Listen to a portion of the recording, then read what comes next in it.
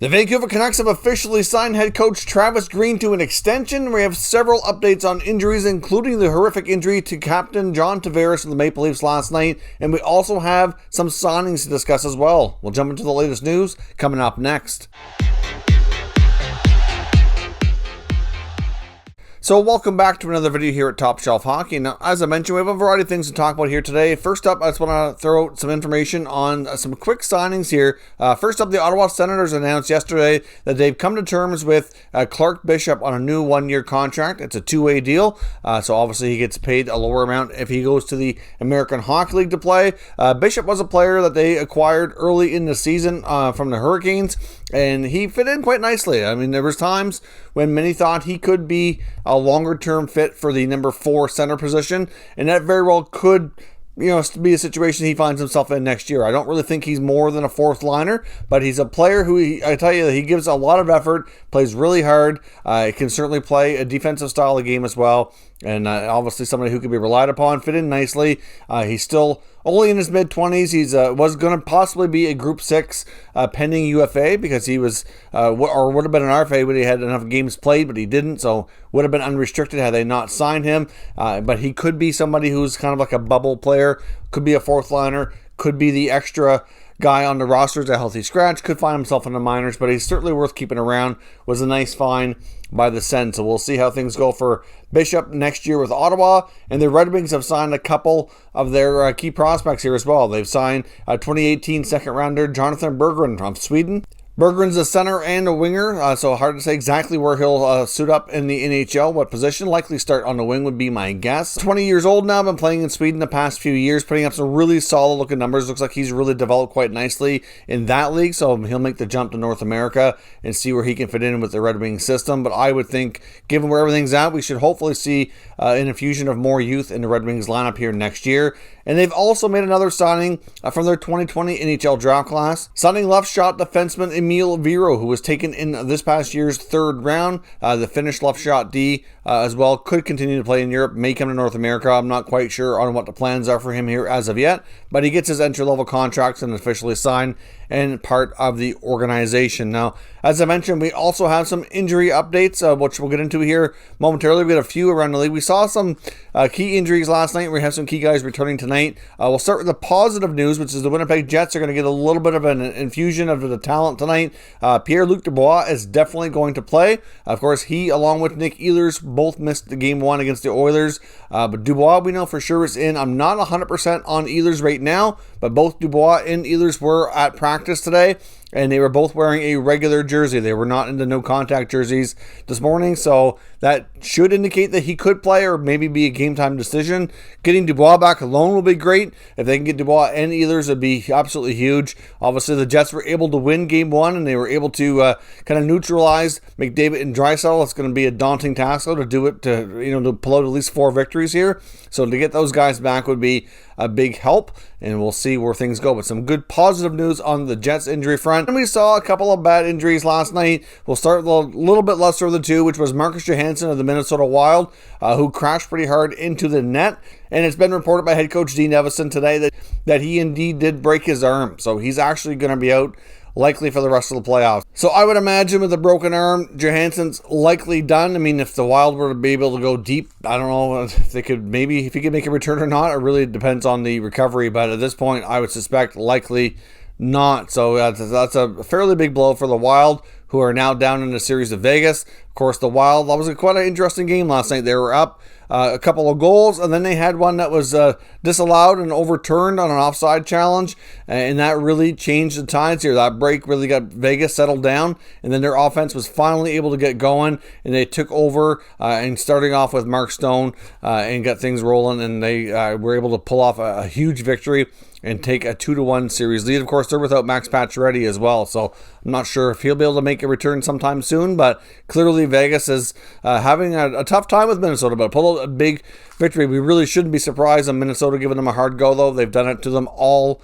year long. But of course, the bigger story of the night when it comes to injuries and kind of shook a lot of people watching, and as well as the players and teams involved here. But John Tavares is going to be out indefinitely with a concussion after a really scary situation took place last night. Early in the first period, is almost halfway through the period, where he was hit by Canadiens defenseman Ben Sherratt. He went down awkwardly, and as he was going down, Habs forward Corey Perry was skating up ice and would try to avoid him. He tried to leap over him, but in the process ended up getting Tavares in the face with his knee, and it was just it was bad. It was a really bad scene. If you didn't see it, there's lots of replays available you can catch, but it was just a situation where the whole bench on both sides were very concerned. You could tell that Tavares was extremely out of it. Like he was getting a ton of help. Doctors were not only from the Leafs but from the Habs were going over, and they were all helping out.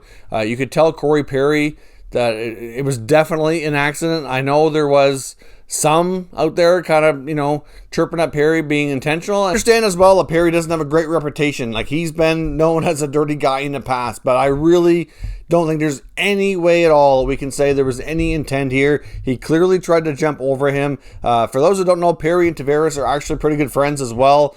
So, I mean, I'm sure he would not want to hurt John. And you know what? You could tell he was sick to his stomach, and he even said so in his post-game comments.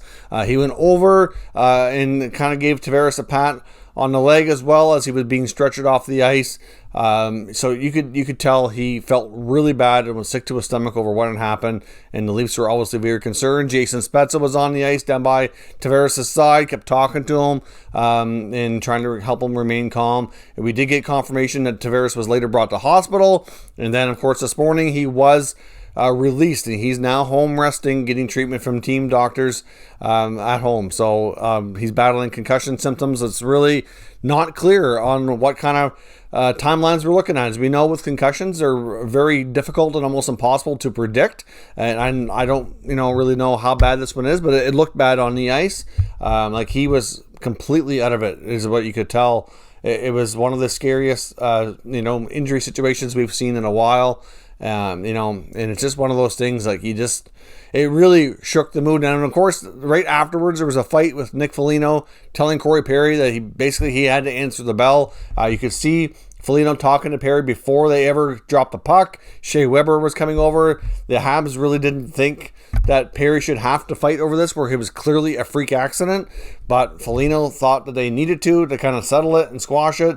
So Perry obliged, and they did. I really don't think that was necessary. I understand where Foligno's coming from. His captain's laying on the ice, and they don't get the benefit of seeing all the replays that we as fans and viewers do. So, I don't know if there was any question about intent. It didn't seem like there was on Toronto's side.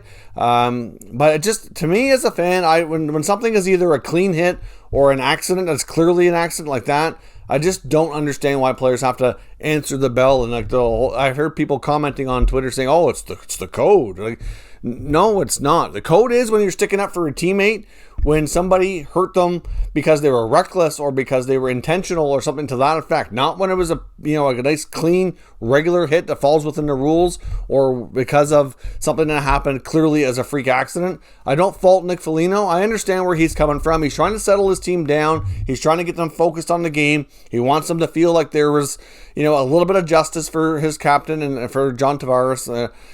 I get it, but I just don't think it was really necessary. And I know a lot of the Habs players didn't think it was either, but the Habs ended up winning that game. Toronto, certainly, you could tell they were distracted, had their captain on their mind, had a hard time focusing. The Habs win the game. We'll see if the Toronto can bounce back here, because that's, not only is it going to be a big blow to them because Tavares is such an important player, but when you take the hockey away from it for a second and just be people and friends and teammates, it's hard to not think about what's going on with them, right? So we'll see. But a very scary situation last night, and we hope to not see anything more like that this year in the playoffs. And as we also mentioned, news out of Vancouver today, Travis Green's been officially extended, signs a 2-year contract extension. As I record this video, the Canucks are still holding a press conference. I did listen to the first little bit of it. In Benning's opening remarks, he acknowledged the importance of Green to the team and the organization, and also mentioned the fact that the Canucks are likely going to be doing what they can, and they have the approval from ownership to do what they have to do to make this team better. And he even threw the word buyouts out there as well. Not something that people are kind of speculating on. It's actually, Benning's words, saying that they would be exploring buyouts. So you have to think, obviously, prime candidate Louis Eriksson, 1 year left on the deal. It's finally not super expensive to do that on. So I would, fair to say, he'll be done 100%. Obviously, they have guys like the Sutter contract. He's a UFA.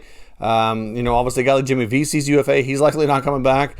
Maybe a guy like Antoine Roussel, Jay Beagle, if he's healthy, he's on LTIR or was at the end of the year. So some of those contracts are going to be bought out, and they're obviously going to have to do what they can to make this roster better. Acknowledge how important it is to get deals done for Quinn Hughes and Elise Pettersson. And obviously they still have to look at the rest of the coaching staff and then obviously get them lined up. I know Thatcher Demko spoke out how and so did Braden Holtby for that matter, how important the goalie coach Ian Clark was, and I know he's going to be a big part of that staff if he can be re-signed. I know it's important to their goalies, and considering they've got Demko locked up now for a while and how instrumental he's been to Demko's success, I would hope they would be able to keep him around and continue building here. But certainly a big piece there, getting Green re-signed. So now we have to wait and see what else happens within that coaching staff. A lot of talk about, like I mentioned before, about other members being brought in, like possibly the Sedins in some kind of either management, president role, or hard to say exactly what it could be. Could they be assistant GMs? Could they be player development? We don't really know, but there's been a lot of talk about, other members being brought in to help run the franchise and have some other opinions involved when it comes to the decision making. So we will see. I would imagine there'll be a fair bit of Canucks news here as the next few days here go by and they get everything sorted out and start to make decisions on the rest of the organization. And we're still, of course, waiting word on Nazem Kadri. We should have word within the next few hours, so certainly stay tuned. There's likely going to be a video on him coming out once player safety hands down their ruling. They did confirm earlier today that he would be having his hearing. All they said was this afternoon. Now, of course, the Avalanche and Blues do play tonight, so a decision is going to have to be made before it gets too late in the day, so the Avalanche know what they're dealing with here and they can prepare for it. But I would suspect Kadri, like I said, he's definitely getting suspended. Hard to say how many games. We'll find out here soon enough, but it could be 5 or more, given the fact that they did do offer an in-person hearing. So that gives them the ability to do the longer ones, and you don't normally see that if they don't feel it's justified. So we'll see on that, so stay tuned. We'll be back soon enough with another video. So if you're new to the channel, make sure you subscribe and stick around. We'll keep you up to date with all the latest news on all 32 NHL teams. Thank you very much for watching, and I'll catch you next time.